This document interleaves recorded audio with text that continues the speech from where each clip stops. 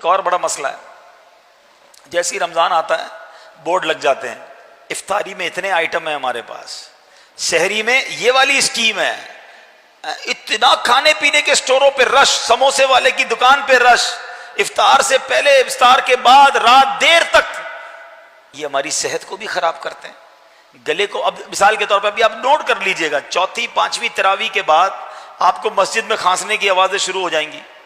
کیوں بھائی؟ سب نے پکوڑے بھی کھانے ہیں، سموسے بھی کھانے ہیں، ٹھنڈا پانی بھی پینا ہے، تو گلا گیا۔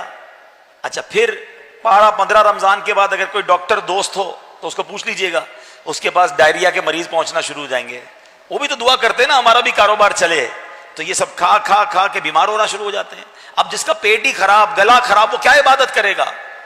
یہ کھانے پینے کے لیے آئے رمضان۔ یاد رکھیے روزوں کی ایک حکمت علماء نے یہ بھی بیان کی ہے کہ بندہ بھوکا رہے، پیاسا رہے، تاکہ اسے غریبوں کا احساس ہو، تاکہ اس کو پتا چلے کہ فقر و فاقہ کیا ہے۔ مگر یہاں تو حال یہ کہ کچھ دوستوں کا رمضان میں ویٹ بڑھ جاتا ہے۔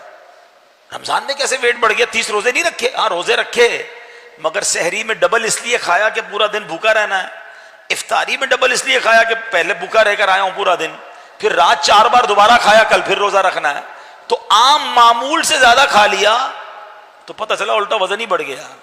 تو ایسا نہ کریں، بھوک کا احساس دلائیں اپنے آپ کو، تھکن ہو، آپ کو نکاہت فیل ہو، آپ کو احساس ہو کہ میری اوقات ہی کوئی نہیں ہے، کرو فر جاہو جلال، یہ سب اثر کے بعد بندے کا پورا ہو جاتا ہے۔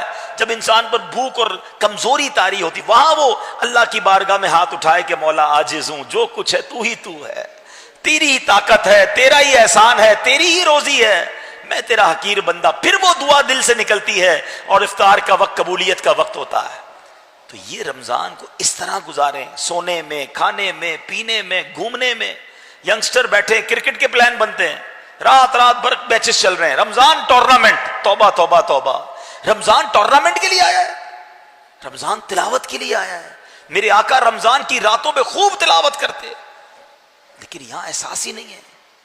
پچھلے سال آپ کو یاد ہے کئی لوگ ایسے تھے جو رمضان میں ہمارے ساتھ تھے، ابھی نہیں ہیں، کیا پتا ہمارا بھی آخری رمضان ہو، اگلے سال ہم بھی نہ ہوں۔ کرونا وائرس نے تو ویسے ہی ہماری اوقات ہمیں